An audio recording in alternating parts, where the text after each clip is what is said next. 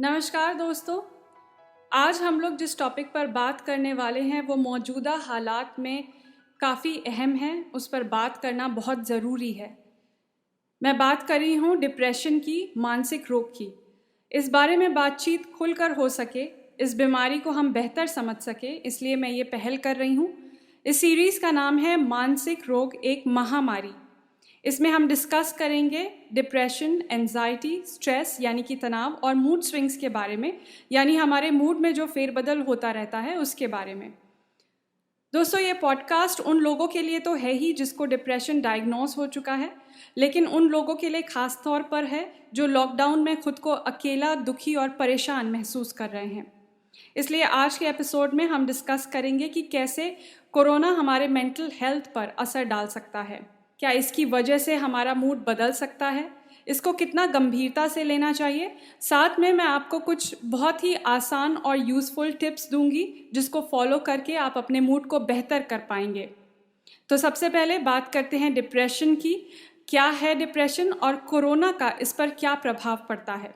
जैसा कि आप सबको पता है कि मौजूदा स्थिति में हम सभी लॉकडाउन में हैं, घर पर हैं, ज़्यादा बाहर आना जाना नहीं हो रहा है, लोगों से मिलना जुलना नहीं हो रहा है।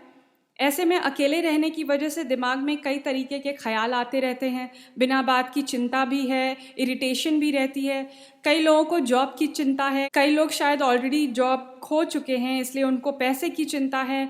पैसे कैसे आएंगे, कहाँ से आएंगे, ईएमआई कैसे पे होंगे, घर कैसे चलेगा। कुछ लोगों ने इस मुश्किल वक्त में अपने किसी करीबी को खो दिया है, उनसे शायद मिल भी नहीं पाए, उन्हें देख भी नहीं सके। ऐसे में इन बातों की वजह से लोग ज़्यादा सोचने लगते हैं। लोगों को हर स्थिति में सिर्फ दुख ही दुख नज़र आने लगता है। उन्हें लगता है कि उनकी लाइफ में कुछ भी ठीक नहीं हो रहा, और यही सोच बढ़ते बढ़ते स्ट्रेस या फिर मूड स्विंग्स या कभी कभी डिप्रेशन का रूप ले लेती है। यानी कोरोना वायरस के युग में रहना आसान नहीं है, लेकिन हर समस्या का समाधान होता है, हर मुश्किल को आसान बनाने के रास्ते होते हैं, और ऐसे ही कुछ रास्ते मैं आपको सुझा रही हूँ। इससे आपका मूड कंट्रोल में रहेगा, स्ट्रेस कम होगा और डिप्रेशन के लक्षणों से भी आपको थोड़ी राहत मिलेगी।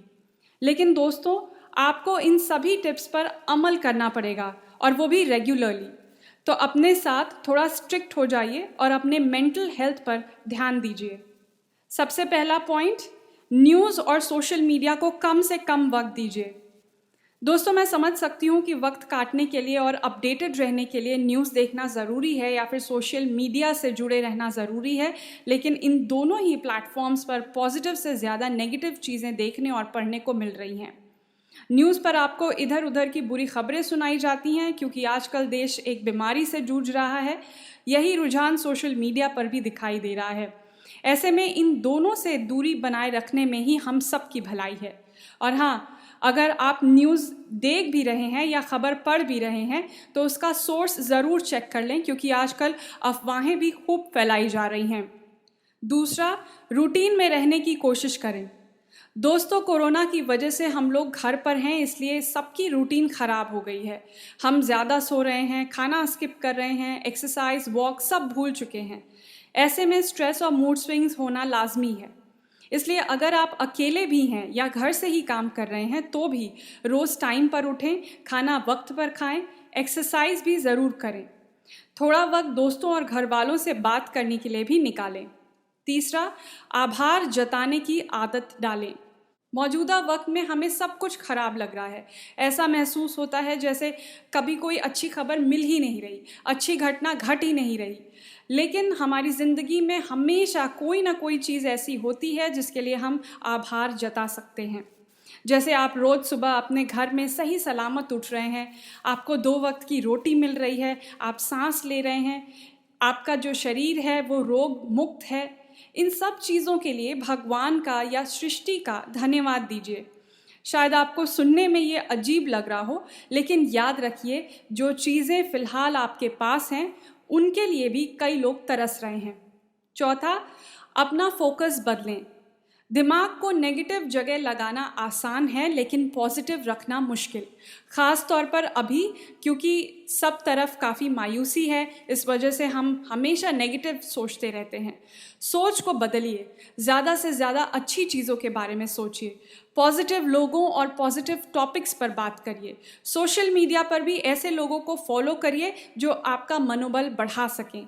जब भी नेगेटिव ख्यालों से दिमाग भरने लगे तो अपने आप से कहिए कि ये वक्त गुजर जाएगा, सब ठीक हो जाएगा, घबराने की बात नहीं है। 5वां, व्यस्त रहिए। आप लोगों ने वो कहावत तो सुनी ही होगी कि खाली दिमाग शैतान का। तो बस अपने आप को बिजी रखने की सबसे ज़्यादा कोशिश करिए। आई एम श्योर कि आप सब लोग कुछ ना कुछ करना या सीखना चाहते थे, जिसके लिए पहले आपको वक्त नहीं मिल पा रहा था, तो अब वो वक्त आ गया है।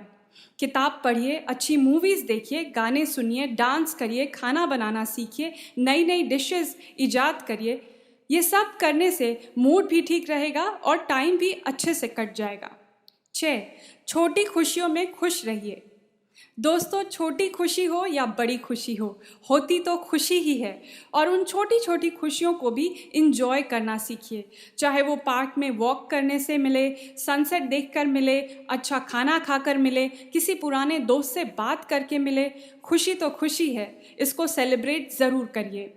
तो ये कुछ ऐसी ट्रिक्स थी जो आपको खुद से करनी थी, अपने अंदर थोड़े बदलाव लाकर। अब बात करते हैं उन पॉइंट्स पर जहां आपको अपनों का साथ चाहिए, क्योंकि आप जानते हैं कि इंसान एक सोशल एनिमल है, यानी उसको समाज में लोगों के बीच रहने की आदत है। ऐसे में लॉकडाउन की वजह से आप दोस्तों से दूर, अपनों से दूर हैं, तो अपने मूड को सुधारने के लिए, स्ट्रेस को कंट्रोल करने के लिए आप ये कर सकते हैं। पहला, स्मॉल टॉक से आगे बढ़ें। स्मॉल टॉक यानी इधर उधर की रैंडम बातें करना ज़रूरी है, जैसे किसी मूवी से रिलेटेड या किताब से रिलेटेड, लेकिन आप सिर्फ यही बात करें ये ज़रूरी नहीं है। ख़ास तौर से अगर आप अकेले और दुखी महसूस कर रहे हैं तो इन सतही बातों से आपको ऊपर उठना पड़ेगा। ये शायद आपको रिस्की लग रहा हो, लेकिन जो आपके करीबी हैं उनके साथ ओपन अप होने की कोशिश ज़रूर करें। अगर आप अंदर से खाली महसूस करें और लोगों को कुछ और दिखावा करेंगे तो उससे आपका खालीपन और बढ़ेगा, कम नहीं होगा। दूसरा, शेयर करना सीखें। दोस्तों, कई बार हमारी एक्सपेक्टेशंस होती हैं कि जो लोग हमारे करीब हैं वो समझ जाएंगे कि हम ठीक नहीं हैं, उनको पता चल जाएगा कि हम अकेला महसूस कर रहे हैं, लेकिन असल में ऐसा नहीं होता। किसी को कुछ भी नहीं पता चलेगा जब तक कि आप उन्हें बताएंगे नहीं। इसलिए अगर आपको सैड लग रहा है, अकेलापन महसूस हो रहा है, कुछ करने का मन नहीं हो रहा या बुरे ख्याल दिमाग में आ रहे हैं, तो अपने करीबियों के साथ ये सारी बातें ज़रूर शेयर करिए। याद रखिए कि आपका दिमाग कोई पढ़ नहीं सकता, इसलिए शेयर करना ज़रूरी है। तीसरा, अपनों को लेकर सोच बदलें। कई बार जब लोग किसी परेशानी से गुजर रहे होते हैं या डिप्रेशन में होते हैं तो वो किसी को कुछ भी नहीं बताते, इस डर से कि वो अपनों पर बोझ ना बन जाए। इस सोच को बदलने की ज़रूरत है। आप अपने स्टेट ऑफ माइंड को शेयर करके किसी का बोझ नहीं बढ़ा रहे, उल्टा आपके अपनों को अच्छा लगता है जब आप अपनी फीलिंग्स के बारे में उनको बताते हैं, क्योंकि उन्हें एहसास होता है कि आप उन पर कितना ट्रस्ट करते हैं। दोस्तों, ये कुछ पॉइंट्स थे जिनको आप अपने घर वालों और दोस्तों की मदद से फॉलो कर सकते हैं, लेकिन मन और शरीर दोनों के बीच तालमेल रखना ज़रूरी है। शरीर में दर्द हो तो मन भी दुखी रहता है, और अगर शरीर ठीक हो और मन ठीक ना हो तो भी आदमी दुखी रहता है। इसलिए ज़रूरी है कि हर सिचुएशन में मन और शरीर दोनों को चंगा रखा जाए। लेकिन वो कैसे होगा, इसके लिए कुछ आसान बातें हैं। पहला, चलना फिरना ज़रूरी है। दोस्तों, हम सब जानते हैं कि लॉकडाउन की वजह से घूमना फिरना बंद हो गया है, लेकिन चलने फिरने पर कोई पाबंदी नहीं है। मतलब आप जॉगिंग कर सकते हैं, वॉक पर जा सकते हैं। अगर वो भी अलाउड नहीं है तो घर पर ही राउंड लगा सकते हैं, घर पर एक्सरसाइज कर सकते हैं। कई ऐसी एक्सरसाइजेज हैं जिनके लिए आपको ना सामान की ज़रूरत पड़ेगी ना ज़्यादा जगह की। 100 बात की एक बात, शरीर में मूवमेंट रखना ज़रूरी है, वरना शरीर के साथ साथ दिमाग भी जंग खाने लगता है। दूसरा, मन को शांत करने वाले अभ्यास करें। मन को शांत करने के लिए मेडिटेशन यानी ध्यान बहुत ही बढ़िया उपाय है। ध्यान भी अलग अलग तरीके का किया जाता है, जिस तरीके से आपको सबसे ज़्यादा शांति मिले वो अपना लीजिए। इसके अलावा कई ब्रीदिंग एक्सरसाइज भी होते हैं, योगा होता है। ये वो अभ्यास है जिससे शरीर तो स्वस्थ रहेगा ही, मन भी ठीक रहेगा। तीसरा, खान पान पर ध्यान दें। ऐसा खाना खाएं जिससे आपका मूड बेहतर हो सके, जैसे ओमेगा 3 फैटी एसिड्स वाले फल या सब्जियां, जैसे for example soybean, fish, avocado, sprouts. Lockdown में हम क्या कर रहे हैं? केक, पूरी, हलवा, पिज्ज़ा पर ज़्यादा ध्यान दे रहे हैं। ये सब भी ज़रूर खाएं, लेकिन कम मात्रा में, क्योंकि तेल, मसाला या ज़्यादा मीठा खाने से मूड पर काफ़ी असर होता है। चौथा, नींद पूरी करें। आजकल सोने को काफ़ी अंडररेटेड माना जाता है, इसे ज़्यादा इम्पोर्टेंस नहीं दी जाती। रात में जगकर लोग अधिकतर सीरीज़ देखते रहते हैं या फिर इधर उधर सोशल मीडिया पर कुछ देखते रहते हैं, लेकिन सोना सिर्फ शरीर के लिए नहीं बल्कि दिमाग के लिए भी बेहद ज़रूरी है। जो लोग नींद नहीं पूरी करते वो अक्सर लॉस्ट या कंफ्यूज रहते हैं। ऐसे लोग कई बार चिड़चिड़े भी होते हैं, बात बात पर इरिटेट होते हैं। ऐसा इसलिए क्योंकि कम सोने की वजह से दिमाग इमोशंस को अच्छे से बैलेंस नहीं कर पाता और वो अलग अलग तरीके से बाहर निकलता है। 5, रिमाइंडर ज़रूर लगाएं। जब मन अकेला हो या उदास हो तो कुछ करने का मन नहीं करता।